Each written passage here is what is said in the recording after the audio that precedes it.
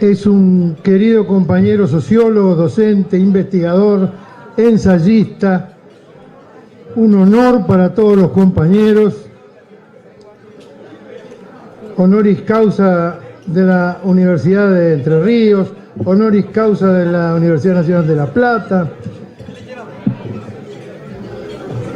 Uno de los creadores de Carta Abierta. Un analista valiente, crítico, coherente, que dice lo que piensa, lo que siente. Para nosotros es un referente. Lo miramos cuando avanzamos y vemos si vamos bien o no según su mirada. Llamo a recibir su distinción al enorme Horacio González.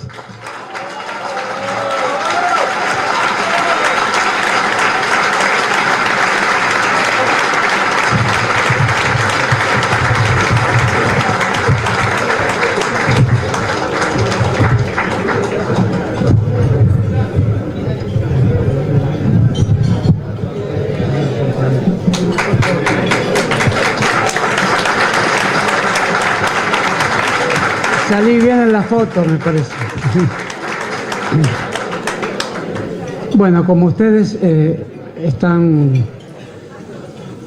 percibiendo, estamos en medio de retratos que llaman a la nostalgia activa, a la melancolía militante, al recuerdo comprometido, a la memoria histórica que no queda envasada en frasquitos administrables para cada ocasión.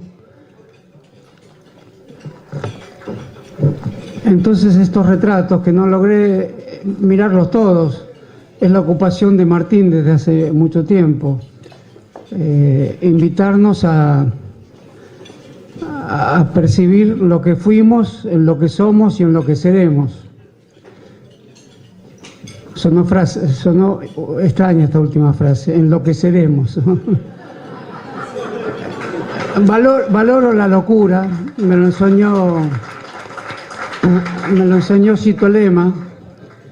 Valoro la locura como uno de los límites del pensamiento y como uno de los reversos necesarios de las pasiones. Y me parece que todo esto que nos invita a recrearnos y a pensarnos en el flujo de una identidad que siempre aparece bajo rostros diferentes, porque sería injusto con las identidades solicitarlas siempre del mismo modo. La prueba está que la historia es tan cambiante que nunca pensamos que íbamos a tener esta enorme fisura en la historia y tener esta enorme posibilidad de recrear un entero país. Por eso quería decir unas breves palabras sobre El Eternauta, que se solicita aquí como nombre de esta agrupación fantasmal que tiene la Argentina. Todos estos retratos que veo aquí, que son retratos de vidas y biografías tan diferentes, pero que confluyen en un punto que no sabemos bien cuál es. Se dicen muchas palabras para aprender ese punto. Me parece que Oesterheld puede ser uno de esos puntos, y ya que Victorio Neto lo recuerdo, me parece que podemos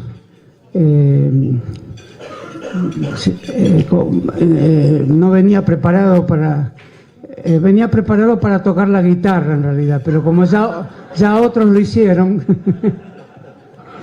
entonces me quedo limitado a recordar cómo pensó Oesterheld ese momento de los años 50 hacia los 60 en la Argentina. ¿Quiénes eran los personajes que representaban algo? Porque era un arte de representación, en el sentido de que hoy las corrientes artísticas y estéticas más importantes hacen de la representación algo más dudoso, más laborioso, más esfumado, digamos, pero Oesterheld es un arte representativo, movilizador. El frente social y político que conciben en el Eternauta se dirá si es una historieta, pero es una historieta que sabemos qué significa en nuestras vidas como lectores y como protagonistas de esa historieta. Recuerdo a Favalli. Favalli era el científico, el profesor de ciencias exactas. Son los conjurados, el grupo que se constituye como el grupo de la resistencia. Es el científico. Oesterheld pensó un científico de apellido italiano, Favalli, que recordarán las observaciones tan precisas que hace a medida que se produce la marcha hacia la Plaza Congreso. Después pensó un violinista, un músico, que se llamaba Polski, un polaco. Es decir, después de un italiano científico argentino, un polaco violinista argentino. El frente social y político de Oesterheld es muy plural en el sentido más profundo de la pluralidad, no del liberalismo estrecho y superficial, sino de la hondura que tiene todo país, que sin esa pluralidad que hoy hay que rescatar, no sería un país. Y después está el obrero, que es un morocho. El obrero se llama Menéndez, es un apellido español de la tierra.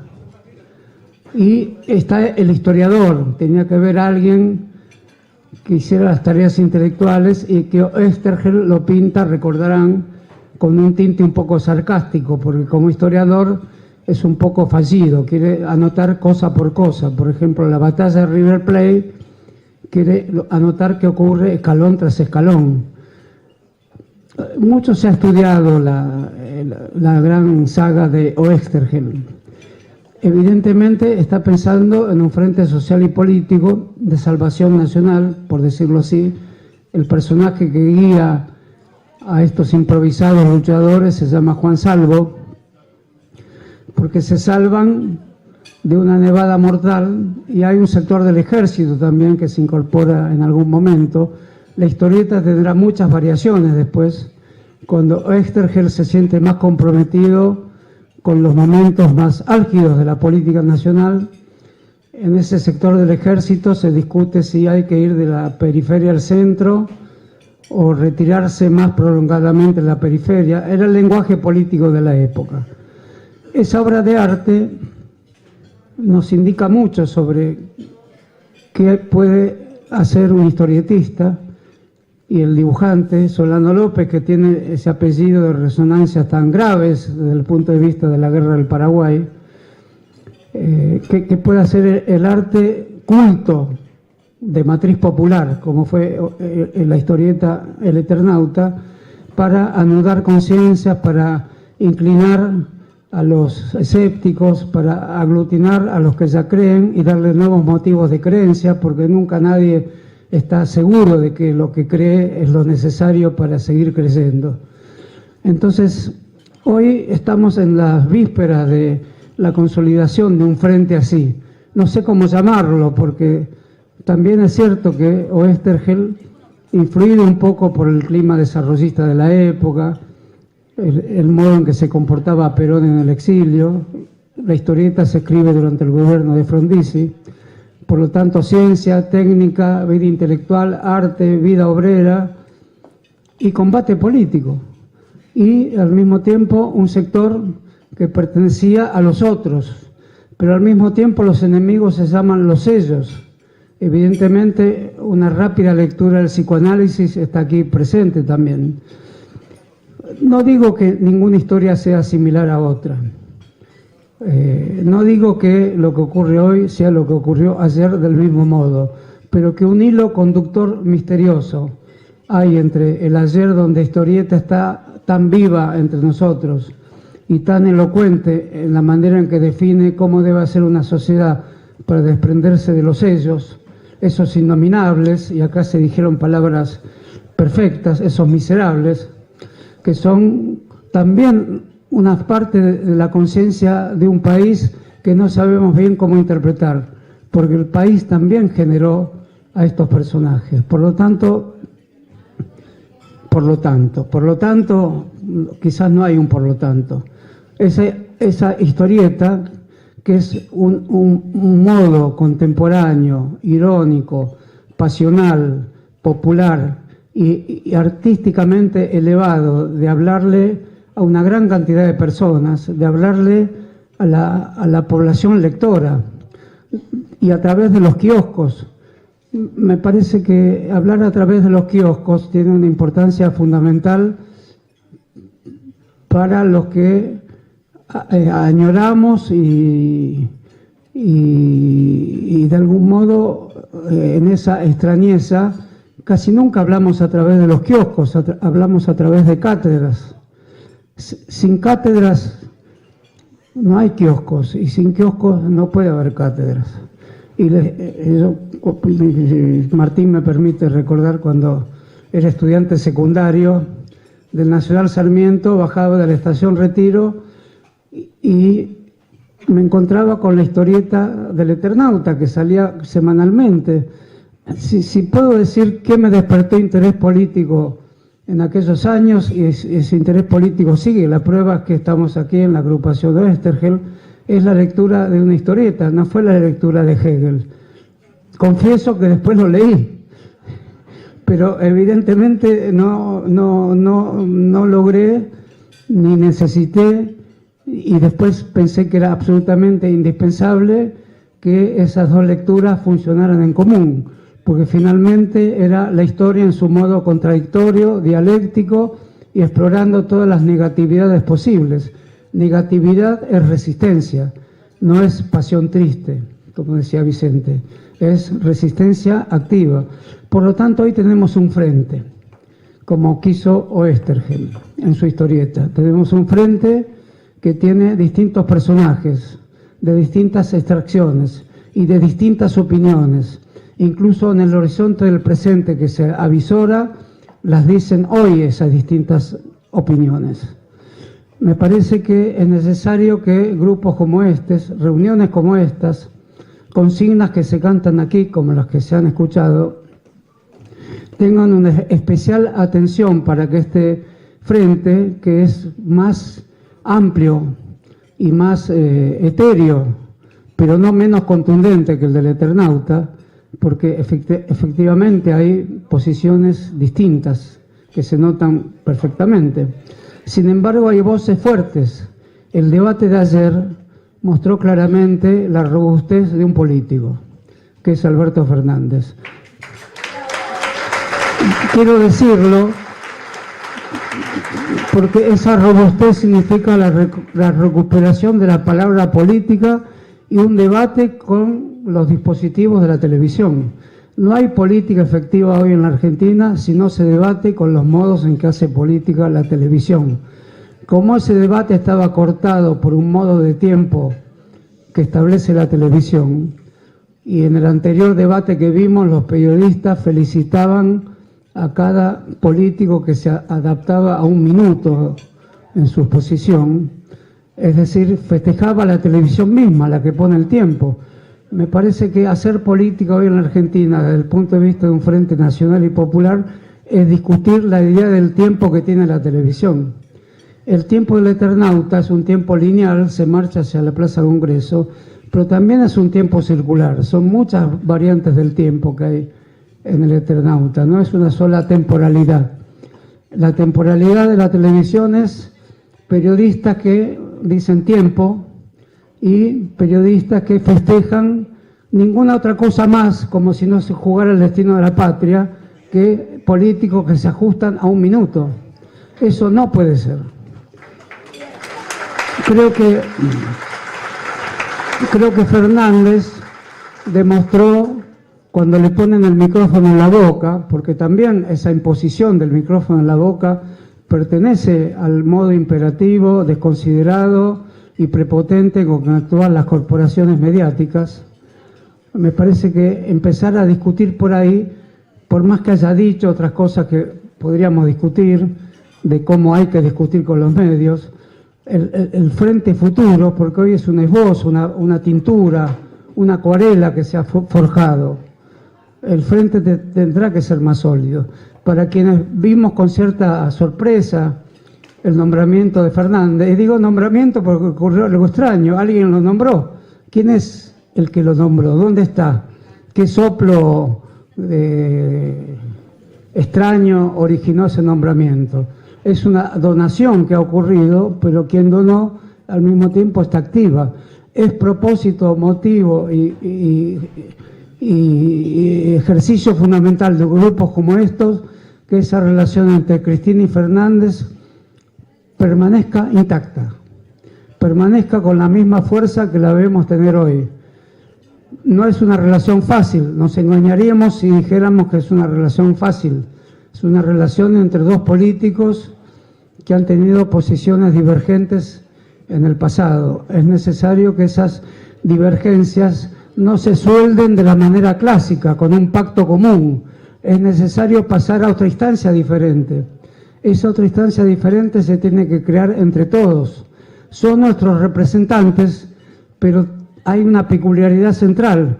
Los representados somos los hombres y mujeres de Juan Salvo.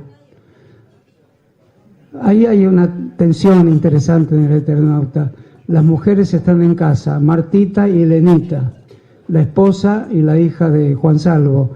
No tienen un papel activo. Podríamos criticarlo, pero ¿lo criticaríamos realmente a algo que está tan inserto en el modo en que en la época se pensó como el arte historietístico?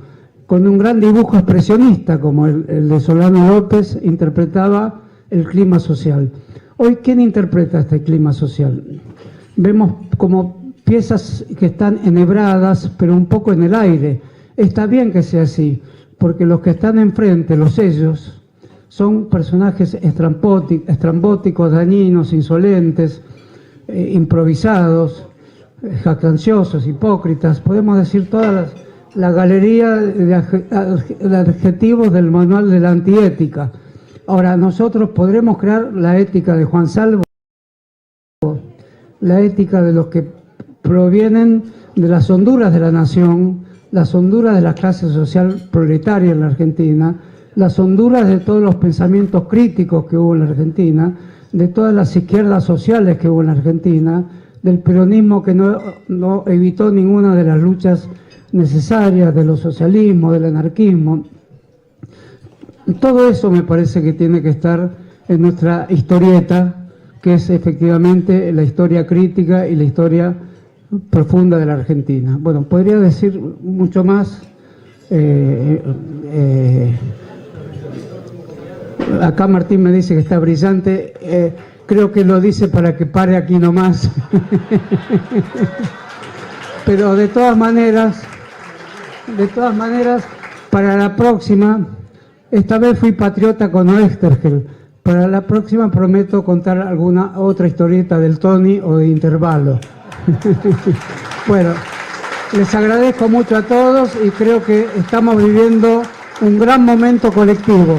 Como decía Oestergel, el héroe es el héroe colectivo, pero eso no implica ceder en ningún momento las opciones del sujeto político individual.